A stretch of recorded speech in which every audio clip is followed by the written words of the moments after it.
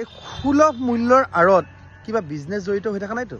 Hi guys, সকলোৱে ভালে আছেনে? জানে আৰু দিল্লীৰ পৰিৱেশ বহুত ভাল নহয়, তথাপিতো আৰু ৰুমতনো কিমান শুই থাকিবা, বেয়া টাইম এটাত আহি ফচিছোঁ। তথাপিতো অলপ ওলাই আহিলোঁ বাহিৰৰ পিনে। ওলাই আহি জেগাটো চালোঁ, অলপ চাই ঘপকৈ এটা কথা মনত পৰিলে, মামাৰ কথা এটা। মই কিবা ফেচবুক চাই আছিলোঁ, মামাৰ পোষ্ট এটা দেখিলোঁ। এতিয়া কথা হ'ল, যিটো সুলভ মূল্যৰ কথা ন, সুলভ মূল্যটো আগৰ দিনৰ পৰা মানে অটল বিহাৰী বাজপেয়ীৰ দিনৰ পৰা যিটো প্ৰথম BPL চাউল আছিলে, 3 টকীয়া চাউল, 7 টকীয়া চাউল, তাৰপিছত এইটো ফ্ৰী কৰিলে বিজেপি চৰকাৰে। বহুত ভাল লাগিলে বাৰু, এইটো সুলভ মূল্যৰ বনালে, ভাল লাগিলে। কিন্তু ইয়াৰ মাজত ক'বলগীয়া কথাটো হ'ল, যেতিয়া মামাই মাজতে জুবিনদাৰ জাষ্টিছৰ সময়ত মিঠাতেলৰ কথা ক'লে, তো গোটেই অসমৰ মানুহে উপলুঙা কৰিলে যে মিঠাতেল নালাগে, আমাক জাষ্টিছ লাগে। হয়, কথাটো এইটো মামাৰ কাৰণে উপলুঙা হৈছে, কিন্তু আমাক মিঠাতেলতকৈ বেছি জুবিনদাৰ জাষ্টিছটো চবকে লাগে, অসমবাসী চব ৰাইজকে লাগে। কিন্তু মাজতে মামাই মানে ক'লে, মোক যিমানে যি কৰিলেও মই যিটো কৈছোঁ মই সেইটো কৰিমেই, আৰু মই যিটো দিম বুলি কৈছোঁ দিমেই, মই জীয়াই থকালৈকে সেইখিনি কৰিম। বহুত ভাল লাগিলে মামাই এইটো কথা ক'লে, বহুত ভাল লাগিলে। মামাই কৰিলে, কথা কোৱা মতে কৰি দেখুৱালে। কিন্তু এতিয়া কথা হৈছে, যিটো 10 তাৰিখে মামাই যিটো দিলে, মচুৰ দাইল, চেনি আৰু নিমখ যিটো দিছিলে, এতিয়া কথাটো হৈছে মচুৰ দাইলটো কিমান দামত দিলে আমাক। এইটো যদি চাউলটো যেনেকৈ দিছে, তেনেকৈ যদি মচুৰ দাইলটো চেনিটো ফ্ৰী দিলে হয়, সুলভ মূল্য মানে কি, ফ্ৰী দিব লাগিছিল। যেনেকৈ BPL চাউলটো আমি ফ্ৰী পাওঁ, ঠিক তেনেকৈ এইটো এটা কথাটো বৰ হজম নহ'ল দেখোন। এতিয়া মানে চাওক, মচুৰ দাইল 1 কেজি দাম 80 টকা দোকানত পায়, চেনি 1 কেজি দাম 44 টকা, 44 টকা মানে 42 টকাটো পায় আৰু অলপ ডাঙৰ দোকানত গ'লে। আপুনি যেতিয়া মল চলত যায়, তো 40 টকাটো দিয়া দোকান আছে, একচুৱেলি 40 টকাটো দিয়ে, 40 টকা দিয়া দোকানো আছে। তাৰ নিমখ 1 কেজিৰ দাম 10 টকা, তো এটা সচৰাচৰ 10 টকাই বাৰু 1 কেজি নিমখৰ দাম।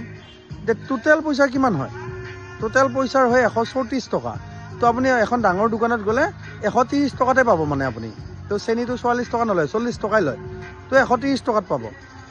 এতিয়া মামাই লৈছে কিমান? 117 টকা। এতিয়া টোটেল পইচা লৈছে মামাই 117 টকা গোটেই বস্তুখিনিত। এতিয়া 117 টকা লওঁতে আমাৰ ৰেহাই হৈছে কিমান?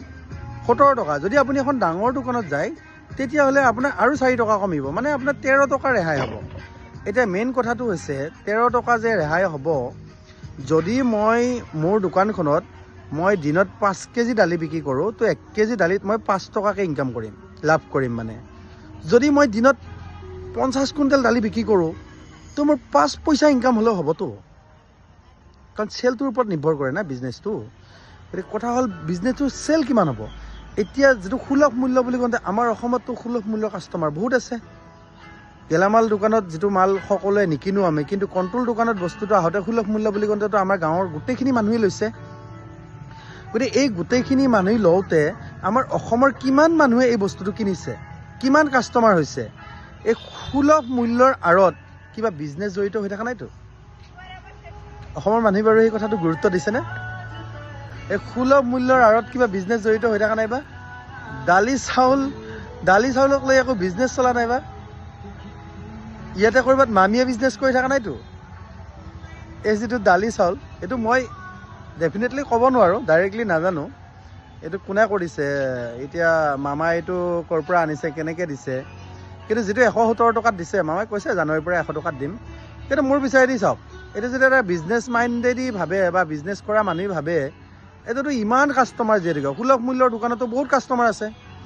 ইমানখিনি কাষ্টমাৰক যদি মই মাল চেল কৰিব পাৰোঁ, মইতো কম পইচা লাভ কৰি চেল কৰিব পাৰিম, নিশ্চয় মই কম দামত দিব পাৰিম। এইটো কেনেকৈ সুলভ হ'ল? এইটো সুলভ হ'ল জানো? আপুনি 20 টকাৰ বস্তু এটা 18 টকাত দিয়া মানে আপুনি কিন্তু সুলভ নকয়। আপুনি 1 কেজি চাউল ল'লে 20 টকা, যেনিবা ধৰি ল'লোঁ দোকানত, আপুনি 18 টকাত দিছে। আৰে আপুনি 18 টকাত দিছে, আপুনি 1 কেজি লোৱা নাই ন, আপুনি 50 কুইণ্টেল লৈছেতো। তো অসমৰ ৰাইজে 1 কেজি কিনিছে দালি, কিন্তু কিমান মানুহে কিনিছে, কিমান কুইণ্টেল দালি চেল হৈছে, সেইটো চাব লাগিব ন। সেইটো চাব গ'লে কিমান চেল হৈছে, তো 5 পইচাৰ ইনকাম কৰিলেও হ'ব। এইটোতো সুলভ মূল্য কেনেকৈ হ'ল? ইয়াৰ আঁৰত ক'ৰবাত বিজনেছে লুকাই আছে যেন লাগে। আপোনালোকে বুজি পায় ভালকৈ কথাটো বাৰু বুজিবচোন। ঘটনাটো কি হৈছে, বিজনেছ নে সুলভ মূল্য? কাৰ মতে কি হয় আপোনালোকে কমেণ্ট কৰকচোন ভিডিঅ'টোৰ তলত। কোনেও ক'ব সাহস কৰা নাই, মই কথাটো জাষ্ট উলিয়াইছোঁ, সত্য অসত্যটো নাজানো। আপোনালোকে কমেণ্ট কৰকচোন বাৰু, এইটো বিজনেছ নে এইটো সুলভ মূল্য?